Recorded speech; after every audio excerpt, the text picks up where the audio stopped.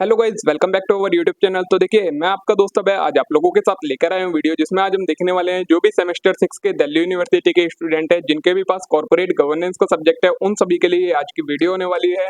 जिसके अंदर मैं आपको जो यूनिट नंबर 2 है उसका पार्ट नंबर बी आप लोगों के साथ लेकर आया हूँ। तो बिना देर किए शुरू करेंगे हम अपनी आज की वीडियो को और देखेंगे इस पार्ट नंबर बी को। लेकिन अगर आपने अभी तक चैनल को सब्सक्राइब ना करा हो तो चैनल को जरूर सब्सक्राइब कर लें। वीडियो को लाइक करना ना भूले, अपने सभी दोस्तों के साथ शेयर करना ना भूले। तो चलिए शुरू करते हैं हम अपनी आज की video.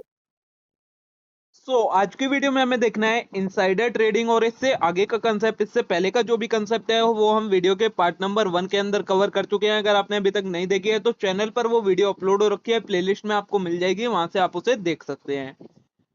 Insider trading refers to the buying or selling of a company's securities such as stock or bond by individual who have access to non-public material information about the public। Insider trading का मतलब क्या होता है? एक company के shares को bye और cell करना। लेकिन कब? जब आपके पास उस कंपनी के बारे में कोई इनसाइड की इंफॉर्मेशन हो जो कि जनरल पब्लिक को इंफॉर्मेशन नहीं पता है, या काफी मटेरियल इंफॉर्मेशन है जो कि आपको पता लगी है। अब वो आपको कैसे पता लगी है? या तो आप मैनेजमेंट का पार्ट है, या आप किसी भी तरीके से कंपनी के किसी की पर्सन से कनेक्टेड है, उसके थ्रू आपको वो इंफॉर्मेशन पता लगी। उस इंफॉर्मेशन के बेसिस पर आपने उस कंपनी के शेयर्स को बाय और सेल करा, तो वो चीज कहलाती है आपकी इनसाइडर ट्रेडिंग। एग्जाम्पल में, if a company CEO knows that the company will announce record profit next week and buy shares before the news is made public, it is insider trading. Example में क्या दिया है? एक कंपनी का CEO है जिसके पास इंफॉर्मेशन है कि नेक्स्ट वीक में कंपनी के फाइनेंशियल रिजल्ट आने वाले हैं और उसमें कंपनी काफी ज्यादा प्रॉफिट बुक करने वाली है। उसको ध्यान में रखते हुए उस सीईओ ने क्या करा? उस कंपनी के शेयर्स को खरीद लिया। तो जो ये शेयर्स खरीदे गए इस मोटिव से कि जैसे ही कंपनी रिजल्ट अनाउंस करेगी वैसे ही शेयर के प्राइस बढ़ जाएंगे, इस चीज को कहा जाता है इनसाइडर ट्रेडिंग। अब जो ये इनसाइडर ट्रेडिंग है उसके कुछ टाइप्स हैं। पहली आती है इलीगल इनसाइडर ट्रेडिंग, जो कि पनिशेबल बाय लॉ होती है। तो व्हेन एन इनसाइडर बाय और sell security using confidential information before it is publicly available. जब कोई इनसाइडर एक कंपनी के शेयर्स को बाय और सेल कर लेता है कॉन्फिडेंशियल इंफॉर्मेशन पता लगने के बाद, जो कि इंफॉर्मेशन अभी तक पब्लिक नहीं है, जो कि कॉन्फिडेंशियल है, उसके पता लगने के बाद एक पर्सन उस कंपनी की सिक्योरिटीज को बाय और सेल कर लेता है, तो वो इलीगल इनसाइडर ट्रेडिंग मानी जाती है। Gives an unfair advantage to the insider over regular investor. इससे क्या होता है? जो इनसाइडर होता है उसको अनफेयर एडवांटेज मिल जाता है, मतलब उस इंफॉर्मेशन की वजह से फायदा हो जाता है जो कि रेगुलर इन्वेस्टर का नहीं हो पाता है। एग्जाम्पल में दिया है, a senior executive at Infosys learn about a merger announcement before it is made public and buy share to profit from the expected price increase. एक सीनियर एग्जीक्यूटिव इन्फोसिस के, उन्हें पता लगा मर्जर के बारे में, तो उन्होंने कंपनी के शेयर्स को बाय कर लिया क्योंकि उनका एक्सपेक्टेड प्राइस बढ़ जाएगा मर्जर के बाद। तो इस चीज को insider trading, illegal insider trading बोला जाता है। Law that prohibit insider trading. कौन कौन से लॉ हैं जो इनसाइडर ट्रेडिंग को रोकते हैं, रिस्ट्रिक्ट करते हैं? तो इंडिया के अंदर SEBI protection of insider trading regulation 2015 में इसे रोका जाता है, और यूएसए में security exchange act 1934 SEC rule में इसे रिस्ट्रिक्ट करा जाता है। सेकंड टाइप की आती है हमारी legal insider trading allowed with condition. ऐसी इनसाइडर ट्रेडिंग जो कि अलाउ है लेकिन कुछ कंडीशंस के साथ में अलाउ है। तो when a corporate insider director executive और एम्प्लॉय बाय और sell share but follow the regulation.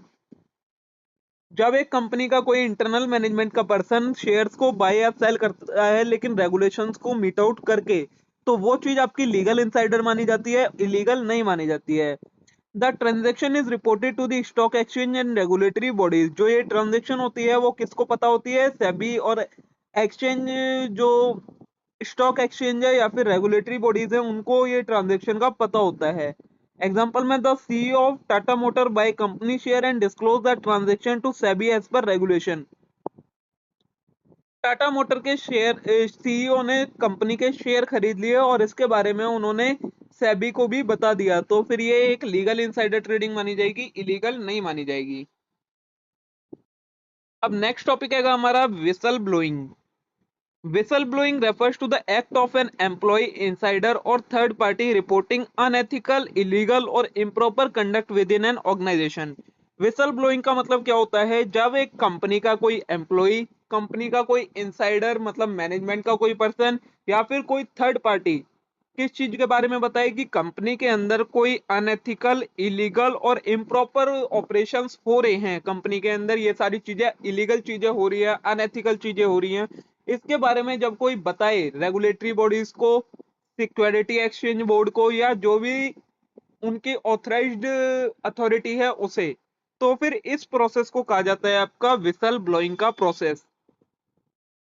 The individual who report such activity called whistle blower, और जो इंडिविजुअल इन एक्टिविटीज के बारे में बताता है, रिपोर्ट करता है, उस पर्सन को क्या बोला जाता है? विसल ब्लोअर बोला जाता है।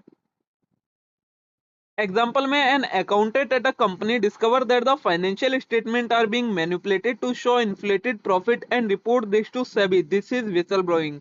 जैसे कि एक कंपनी के अकाउंटेंट ने ये देखा कि कंपनी के फाइनेंशियल स्टेटमेंट के अंदर फाइनेंशियल स्टेटमेंट को मैनिपुलेट करा गया है और उसमें प्रॉफिट को बढ़ाकर दिखा दिया गया है, और इस चीज के बारे में उस अकाउंटेंट ने सिक्योरिटी एक्सचेंज बोर्ड को बता दिया, तो ये आपका विसल ब्लोइंग होता है। ठीक है, नेक्स्ट है टाइप्स ऑफ विसल ब्लोइंग की विसल ब्लोइंग कौन कौन से टाइप की होती है। पहली आती है इंटरनल विसल ब्लोइंग। तो the report is made within the organisation to management, HR और compliance officer. Internal whistle blowing क्या होती है? जब कंपनी का कोई एम्प्लॉय या कोई थर्ड पर्सन कंपनी के अंदर होने वाले मिसकंडक्ट के बारे में कंपनी की अथॉरिटीज को बता दे, जो मैनेजमेंट अथॉरिटीज हैं उन्हें, जैसे कि एचआर को या कंप्लायंस ऑफिसर को बताए, तो वो कहलाती है आपकी इनसाइडर विसल ब्लोइंग। मतलब कंपनी के बारे में ही कंपनी के इनसाइडर अथॉरिटीज को बताया, तो वो आती है आपकी इंटरनल विसल ब्लोइंग में। Aimed at resolving issue internally without external interference. इसका एम क्या होता है इंटरनल विसल ब्लोइंग का? कि जो भी इशू है वो कंपनी के अंदर ही सॉल्व हो जाए, किसी एक्सटर्नल इंटरफेरेंस की जरूरत ना पड़े। एग्जाम्पल है an employee report a case of sexual harassment to the company's HR department. एक एम्प्लॉय ने कंपनी के अंदर जो सेक्सुअल हरासमेंट हो रहा था उसके बारे में कंपनी के एचआर डिपार्टमेंट को बताया, तो ये आपका इंटरनल विसल ब्लोइंग का एग्जाम्पल होता है। नेक्स्ट आती है एक्सटर्नल विशल ब्लोइंग। तो the report is made to external authorities such as regulator, law enforcement, media और एनजीओज। लेकिन अगर किसी रिपोर्ट के बारे में कंपनी के कोई अंदर की मिसकंडक्ट के बारे में बाहर की अथॉरिटीज, बाहर की रेगुलेटरी बॉडीज को बताया जाए, तो वो कहलाता है आपका external whistle blowing. Often used when internal reporting fails और इन्वॉल्व सीरियस वायलेशन। ये कब करा जाता है एक्सटर्नल विसल ब्लोइंग? जब इंटरनल जो रेगुलेटरी है उनके हाथ में नहीं होता, वो उसे सॉल्व नहीं कर पाते, या फिर वो भी खुद उस वायलेशन में इन्वॉल्व होते हैं, तब इसके बारे में एक्सटर्नल विशल ब्लोअर्स को ब्लोइंग करा जाता है। इंपॉर्टेंस क्या होती है विसल ब्लोइंग की? Promote ethical conduct and accountability. इससे एथिकल कंडक्ट प्रमोट होता है और अकाउंटेबिलिटी बनी रहती है। नेक्स्ट है help in detecting and preventing fraud, corruption and malpractices. किसी भी तरीके का फ्रॉड नहीं होता, करप्शन नहीं होता और मेल प्रैक्टिसेस नहीं होती हैं। नेक्स्ट है protect public interest and share holder value. Public के इंटरेस्ट को प्रोटेक्ट करते हैं ये, और शेयर होल्डर की वैल्यू को प्रोटेक्ट करते हैं। नेक्स्ट है encourage as a transparent and safe work environment. Transparent और सेफ वर्क एनवायरनमेंट को प्रमोट करते हैं। नेक्स्ट है reduce the risk of legal penalties and reputational damage. किसी भी तरीके की कोई लीगल पेनल्टी ना हो और किसी भी तरीके का रेपुटेशन का को डैमेज ना हो इसकी वजह से, इसलिए ये करा जाता है। ठीक है,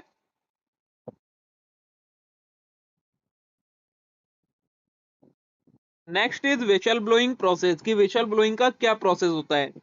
सबसे पहले आइडेंटिफाई मिसकंडक्ट। तो the whistle blower must first recognize unethical और illegal activities such as fraud, corruption, bribery, financial misrepresentation और इनसाइडर ट्रेडिंग, वर्कप्लेस हरासमेंट और डिस्क्रिमिनेशन, हेल्थ सेफ्टी और एनवायरमेंटल वायलेशन।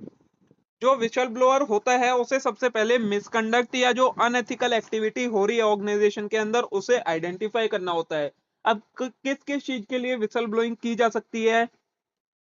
तो किसी फ्रॉड के लिए, करप्शन के लिए, ब्राइबरी के लिए, फाइनेंशियल मिसरिप्रेजेंटेशन के लिए, इनसाइडर ट्रेडिंग के लिए, वर्क प्लेस हरासमेंट और डिस्क्रिमिनेशन के लिए, हेल्थ, सेफ्टी और एनवायरमेंटल वायलेशंस, इन सारी चीजों के लिए विसल ब्लोइंग की जा सकती है। नेक्स्ट आता है कलेक्टिंग एविडेंस। तो before reporting the whistle blower should gather necessary document, email, report और witness testimonies to support the claim. किसी भी चीज को रिपोर्ट करने से पहले, मतलब बाहर के या इंटरनल अथॉरिटीज को बताने से पहले, जो विसल ब्लोअर है उसे उसके बारे में सारे एविडेंस कलेक्ट कर लेने चाहिए, सारे डॉक्यूमेंट कलेक्ट कर लेने चाहिए कि जो वो चीज बोल रहा है उसे वो प्रूव कर सके। जैसे कि ensure evidence is factual and verifiable, जो एविडेंस होना चाहिए वो फैक्चुअल एविडेंस होना चाहिए, वेरीफाइबल होना चाहिए। अवॉइड यूजिंग फॉल्स और मिसलीडिंग इंफॉर्मेशन, किसी भी फॉल्स और मिसलीडिंग इंफॉर्मेशन के बेसिस पर उसे रिपोर्टिंग नहीं करनी है। नेक्स्ट स्टेप आता है रिपोर्टिंग द कंसर्न। तो the whistle blower can report misconduct internally within the organisation और एक्सटर्नली टू रेगुलेटर, मीडिया और लॉ इन्फोर्समेंट। जो विसल ब्लोअर है, हमने ऊपर देख ही लिया कि वो दो तरीके से ये विसल ब्लोइंग कर सकता है, मिसकंडक्ट के बारे में बता सकता है, या तो इंटरनल लोगों को या एक्सटर्नल लोगों को।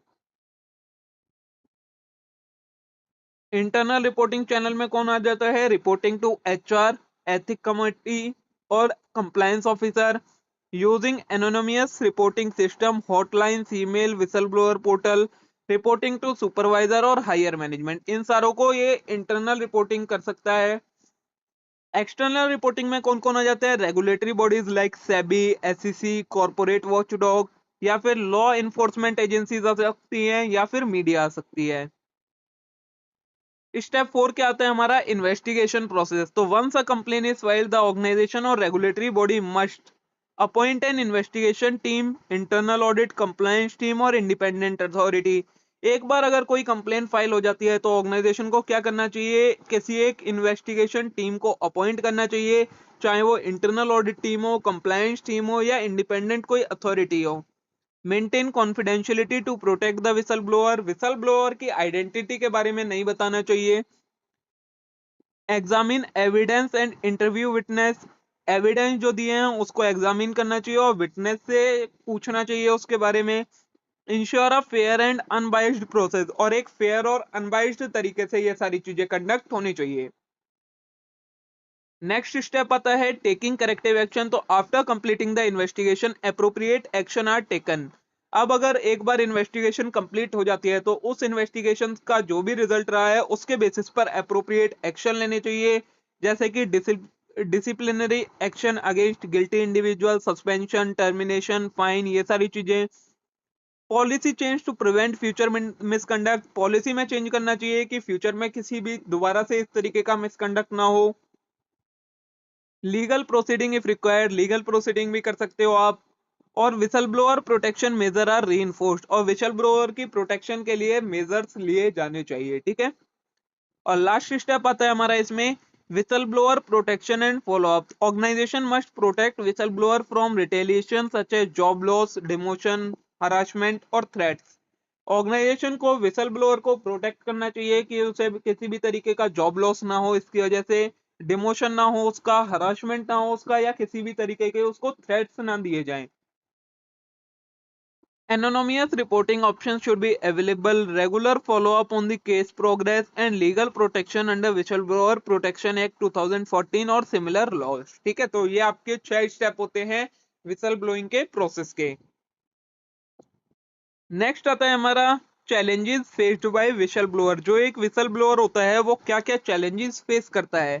पहला आता है चैलेंज फियर ऑफ रिटेलिएशन। तो one of the biggest risk whistle blower face is retaliation from their employer और कलीग्स।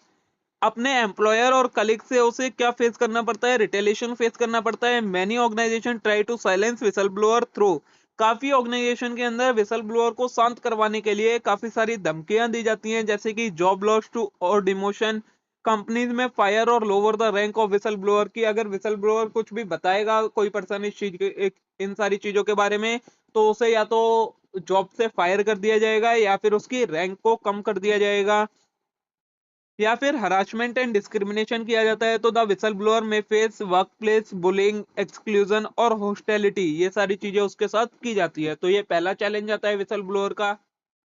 नेक्स्ट आता है लैक ऑफ लीगल प्रोटेक्शन। तो in many country whistle blower protection laws are either weak और poorly enforced, this result in. काफी सारी countries के अंदर we shall blower को प्रोटेक्ट करने के लिए जो लॉ बने हुए हैं वो या तो वीक लॉ हैं या फिर इन्फोर्स नहीं हो रखे सही तरीके से, जिसकी वजह से क्या होता है, डिलेड और इग्नोर्ड कंप्लेंट, मतलब authority may not take immediate action, मतलब जब अथॉरिटीज को बताया जाता है इन सारी चीजों के बारे में तो वो इमीडिएटली एक्शन नहीं लेते हैं। या फिर lack of anonymity, many whistle blower are exposed putting them of risk. या फिर जो विसल ब्लोअर की आइडेंटिटी है उससे छुपा कर नहीं रखा जाता है, मतलब उन्हें एक्सपोज कर दिया जाता है जिसकी वजह से उन्हें काफी सारे रिस्क फेस करने पड़ते हैं। तो ये सेकंड चैलेंज हो गया। नेक्स्ट आता है इमोशनल एंड साइकोलॉजिकल स्ट्रेस। तो whistle blowing can lead to extreme mental and emotional strain including anxiety and depression, constant fear of retaliation or legal consequences, social isolation, colleague and friend may distance themselves to avoid problem। Whistle blowing की वजह से कई बार mental और emotional strain भी face करना पड़ता है whistle blower को। इसमें उन्हें एंग्जाइटी आ जाती है, डिप्रेशन आ जाता है कि उन्हें डर रहता है कि कहीं उन्हें जॉब से ना निकाल दिया जाए, उनका हरासमेंट ना किया जाए या कोई लीगल कॉन्सिक्वेंसेज ना हो जाए, या फिर जो उनके कलीग्स और फ्रेंड्स होते हैं वो उनसे डिस्टेंस कर लेते हैं कि कहीं ये हमारी भी विसल ब्लोइंग वगैरह ना कर दे। तो ये उन्हें फेस करना पड़ता है, ये भी उनका एक चैलेंज होता है। नेक्स्ट आता है challenge work place and social isolation. तो whistle blower are often treated as traitor by their colleague as may face. जो विसल ब्लोअर होता है उसके कलीगों से एक अलग अपने से ट्रीट करने लगते हैं। Exclusion from meeting and project, उन्हें एक्सक्लूड करा जाता है मीटिंग और प्रोजेक्ट से। नेगेटिव ट्रीटमेंट फ्रॉम कलीग, उनके कलीग से उन्हें नेगेटिव ट्रीटमेंट मतलब गलत ट्रीटमेंट मिलने लगता है। नेक्स्ट आता है lack of support from authority, even when whistle blower report wrong doing authority may delay investigation and suppress complain. Whistle blower ने गलती के बारे में रिपोर्ट कर दिया लेकिन अथॉरिटीज फिर भी उस पर या तो डिले इन्वेस्टिगेशन करती हैं या फिर उसकी कंप्लेन को दबा देती हैं, तो ये भी उन्हें फेस करना पड़ता है चैलेंज विसल ब्लोअर्स को। नेक्स्ट आता है risk of legal consequences. Whistle blower may can face legal trouble specially if they reveal confidential information. अगर विशल ब्लोअर कॉन्फिडेंशियल इंफॉर्मेशन को बता देता है, रिवील कर देता है, रिपोर्ट कर देता है, तो उसे काफी सारे लीगल प्रॉब्लम को भी फेस करना पड़ता है। किस वजह से, breach of confidential agreement, company may sue for disclosing internal matter, company internal matter को डिस्क्लोज कर दिया इसके वजह से उसे केस फाइल कर सकती है उसके अगेंस्ट। या फिर defamation lawsuit, the accused party may take legal action against the whistle blower, या फिर जो एक्यूज्ड पार्टी है वो लीगल एक्शन ले सकती है विसल ब्लोअर के अगेंस्ट। तो ये सारे आपके 6 चैलेंजेस थे कि विसल ब्लोअर को क्या क्या चैलेंजेस फेस करने पड़ते हैं अगर वो विसल ब्लोइंग करता है। यहाँ पर आपका ये विसल ब्लोअर वाला कंसेप्ट खत्म हो जाता है। नेक्स्ट टॉपिक आता है हमारा शेयर होल्डर एक्टिविज्म का। Share holder activism refers to the action taken by share holder to influence a company's decision, policy और मैनेजमेंट। शेयर होल्डर एक्टिविज्म का मतलब क्या होता है, शेयर होल्डर के एक्शन जो कि वो किस लिए लेते हैं, कंपनी के डिसीजन को, कंपनी की पॉलिसी को और कंपनी के मैनेजमेंट में कोई चेंजेस लाने के लिए, उस चीज को कहा जाता है, उस प्रोसेस को share holder activism.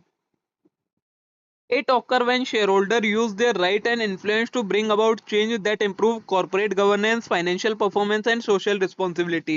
Share holder activism का यूज कब करा जाता है, जब शेयर होल्डर अपने राइट्स का यूज करते हैं और कंपनी को इन्फ्लुएंस करते हैं कि वो कुछ चीजों में चेंज करे जिसकी वजह से उनके गवर्नेंस के प्रोसेस में इंप्रूवमेंट आ जाए, फाइनेंशियल परफॉर्मेंस में इंप्रूवमेंट आ जाए और सोशल रिस्पॉन्सिबिलिटी में इंप्रूवमेंट आ जाए। तो जब ये शेयर होल्डर अपने राइट को यूज करते हैं उसी प्रोसेस को कहा जाता है शेयर होल्डर एक्टिविज्म। इंपॉर्टेंस क्या होती है शेयर होल्डर एक्टिविज्म की, तो पहला आता है इंप्रूव कॉर्पोरेट गवर्नेंस। तो ensure transparency and accountability in corporate decision making. Share holder क्या करते हैं, ट्रांसपेरेंसी बनाए रखते हैं इसकी मदद से और अकाउंटेबिलिटी क्रिएट कर देते हैं कॉर्पोरेट डिसीजन मेकिंग के अंदर। promote ethical leadership by keeping executive and board members in check। Promoters के ऊपर, एग्जीक्यूटिव के ऊपर और बोर्ड मेंबर के ऊपर चेक रखकर ये क्या करते हैं, एथिकल लीडरशिप को प्रमोट करते हैं। Encourage better risk management and internal control, और इनके एक्टिविज्म की वजह से क्या होता है, जो ऑर्गेनाइजेशन है वो भी रिस्क मैनेजमेंट अच्छे तरीके से करती है और इंटरनल कंट्रोल अच्छे तरीके से अप्लाई करती है। एग्जाम्पल है, share holder of Tesla have question Elon Musk compensation and decision making to improve governance. जो टेस्ला के शेयर होल्डर हैं उन्होंने एलन मस्क के कंपनसेशन और डिसीजन मेकिंग के ऊपर क्वेश्चन करा था, जिससे उनकी गवर्नेंस को इम्प्रूव किया जा सके। नेक्स्ट आता है enhance share holder value, pressures company to increase stock price and improve profitability. Share holder जो होते हैं वो कंपनी को प्रेशराइज करते हैं कि वो स्टॉक के प्राइस को इंप्रूव करें और प्रॉफिटेबिलिटी को भी बढ़ाएं। Demand better decision policy, dividend policy, cost cutting measure and investment strategy. इसके अलावा शेयर होल्डर डिमांड करते हैं कि डिविडेंड की अच्छी पॉलिसीज बनाओ, कॉस्ट को कम करने के स्टेप्स लो और इन्वेस्टमेंट की स्ट्रेटेजीज क्रिएट करो। Reduce financial mismanagement and prevent fraud, और एक चेक रखकर सारी चीजों के ऊपर शेयर होल्डर क्या करते हैं, फाइनेंशियल मिसमैनेजमेंट होने से बचाते हैं और किसी भी तरीके के फ्रॉड को होने से रोकते हैं। एग्जाम्पल दिया है, activist investor pushed Apple to increase share buyback benefiting share holder. जो एप्पल के शेयर होल्डर थे उन्होंने क्या करा था, इन्वेस्टर कंपनी को फोर्स करा था कि वो जो शेयर्स है उन्हें बायबैक करना शुरू करे, जिससे शेयर होल्डर्स को बेनिफिट हो। नेक्स्ट आता है होल्ड मैनेजमेंट अकाउंटेबल, तो ensure CEO and executive act in best interest of the share holder. ये इस चीज का भी ध्यान रखते हैं इसकी मदद से कि जो सीईओ है और जो एग्जीक्यूटिव है वो कंपनी के बेस्ट इंटरेस्ट में काम करें, शेयर होल्डर के बेस्ट इंटरेस्ट में काम करें। Prevent excessive executive compensation and conflict of interest, किसी भी एग्जीक्यूटिव को ज्यादा कंपनसेशन ना मिले और किसी का भी कन्फ्लिक्ट ऑफ इंटरेस्ट वाली प्रॉब्लम क्रिएट ना हो। Encourage companies to adopt clear corporate strategy, company को प्रमोट करते हैं, इनकरेज करते हैं कि क्लियर कॉर्पोरेट स्ट्रेटेजी सेटअप करे। Example, share holder of General Electric forced leadership change due to poor financial performance. खराब फाइनेंशियल परफॉर्मेंस की वजह से जनरल इलेक्ट्रिक के शेयर होल्डर ने मैनेजमेंट को फोर्स करा था कि वो लीडरशिप में चेंज करें। नेक्स्ट आता है encourage ethical and social responsibility, तो drive companies to focus on environmental social and governance factor. इसकी मदद से शेयर होल्डर एक्टिविज्म प्रोसेस की मदद से शेयर होल्डर क्या करते हैं, कंपनी को फोर्स करते हैं, ड्राइव करते हैं कि वो एनवायरमेंटल सोशल और गवर्नेंस फैक्टर पर ज्यादा फोकस करे। Promote fair labour practice and diversity and sustainability effort, fair labour practice पर, डाइवर्सिटी पर और सस्टेनेबिलिटी के लिए एफर्ट्स करे। Pressures company to reduce carbon emission and adopt eco friendly policies, carbon emission कम से कम करे कंपनी और इको फ्रेंडली पॉलिसीज को एडॉप्ट करे। एग्जांपल में, एक्टिविस्ट इन्वेस्टर फोर्स्ड एक्सो Mobil to appoint climate conscious board member to focus on clean energy. Next आता है prevent corporate fraud and mismanagement, तो detect and expose financial fraud, corruption and unethical practice. Share holder financial fraud को detect कर लेते हैं, corruption को detect करते हैं, अनएथिकल प्रैक्टिस को डिटेक्ट करते हैं शेयर होल्डर एक्टिविज्म की मदद से और उसे एक्सपोज करते हैं। Strengthen internal financial control and compliance measure, internal financial control सही तरीके से वर्क करे, फाइनेंशियल कंप्लायंस मेजर सही तरीके से वर्क करे, इस चीज पर ध्यान देते हैं। Protect investor from huge financial loss, investor को प्रोटेक्ट करते हैं कि उन्हें ज्यादा फाइनेंशियल लॉस ना हो। एग्जाम्पल है, after the Enron scandal share holder activism played a key role in pushing for stronger corporate governance law. Next है promote long term company growth, तो encourage company to invest in sustainable and long term strategies, ये company को encourage करते हैं कि company sustainable और long term strategies के अंदर इन्वेस्ट करे। Prevent short term decision making that harm companies future, ऐसे शॉर्ट टर्म डिसीजन कंपनी ना ले जिससे कंपनी के फ्यूचर के ऊपर कोई भी इम्पैक्ट या कॉन्सिक्वेंसेज आए। Strengthen investor confidence and enhance company reputation, investor के कॉन्फिडेंस को इंप्रूव करे और कंपनी की रेपुटेशन को बढ़ाने की कोशिश करे मैनेजमेंट। एग्जाम्पल दिया है, activist investor in Unilever pushed for long term focus on sustainability and innovation, जैसे कि यूनिलीवर के जो इन्वेस्टर्स थे उन्होंने पुश करा है मैनेजमेंट को कि वो लॉन्ग टर्म के ऊपर फोकस करें और सस्टेनेबिलिटी और इनोवेशन पर ज्यादा ध्यान दें। नेक्स्ट आता है प्रोटेक्ट माइनॉरिटी शेयर होल्डर, तो ensure fair treatment for small investor, जो स्मॉल इन्वेस्टर हैं उनके लिए भी फेयर ट्रीटमेंट बनाए रखे management. Prevent majority share holder from making biased decision, ऐसे डिसीजन ना लें जिससे सिर्फ जो मेजोरिटी शेयर होल्डर है उनका ही बेनिफिट हो, सभी शेयर होल्डर का इक्वल बेनिफिट होना चाहिए। Advocate for equal voting right and profit distribution, सभी के लिए इक्वल वोटिंग राइट हो और सभी का जो प्रॉफिट डिस्ट्रीब्यूशन हो वो इक्वल हो। एग्जाम्पल है in India share holder activist fought against corporate favouritism and insider deals. ठीक है, नेक्स्ट टॉपिक है हमारा types of share holder activism, किस किस तरीके के शेयर होल्डर एक्टिविज्म होते हैं। पहला आता है गवर्नेंस एक्टिविज्म, तो focus on improving corporate governance practice. Governance activism कौन होते हैं, जो कि कॉर्पोरेट गवर्नेंस को की जो प्रैक्टिस होती है उसे इंप्रूव करने पर ध्यान देते हैं। Demand better board structure, CEO accountability and transparency, इनकी क्या डिमांड होती है कि अच्छा बोर्ड स्ट्रक्चर हो, सीईओ अकाउंटेबल रहे और ट्रांसपेरेंसी बनी रहे। एग्जाम्पल में दिया है share holder of Facebook demand better data privacy policy and after the Cambridge analytical scandal. Second आते हैं फाइनेंशियल एक्टिविज्म, तो aim to increase stock value and profitability. जो फाइनेंशियल एक्टिविज्म होते हैं उनका एम क्या होता है कि स्टॉक की वैल्यू बढ़े और प्रॉफिटेबिलिटी बढ़े। Pressure companies to cut cost, improve capital allocation and sell unprofitable asset, ये क्या करते हैं, कंपनी को प्रेशर डालते हैं कंपनी के ऊपर कि वो कॉस्ट को कम करे, कैपिटल एलोकेशन को इंप्रूव करे कि सही तरीके से कैपिटल को एलोकेट करे और जो अनप्रॉफिटेबल एसेट्स हैं उन्हें सेल कर दे। एग्जांपल है activist investor forced Yahoo to sell its core internet business to Verizon in 2017। Next आते हैं सोशल एंड एनवायरमेंटल एक्टिविज्म, तो focus on ethical environmental and social issue, ये जो होते हैं ये किस चीज पर फोकस करते हैं, एथिकल एनवायरमेंटल और सोशल इश्यूज के ऊपर फोकस करते हैं। Encourage climate friendly policy diversity and fair labour practice, ये इनकरेज करते हैं कि कंपनी क्लाइमेट फ्रेंडली पॉलिसीज बनाए, डाइवर्सिटी क्रिएट करे और फेयर लेबर प्रैक्टिस को फॉलो करे। एग्जाम्पल में दिया है एक्सो Mobil share holder demanded a shift to clean energy investment. Next आता है लीगल एक्टिविज्म, तो share holder file lawsuit against company for mismanagement fraud और ब्रीच ऑफ ड्यूटी।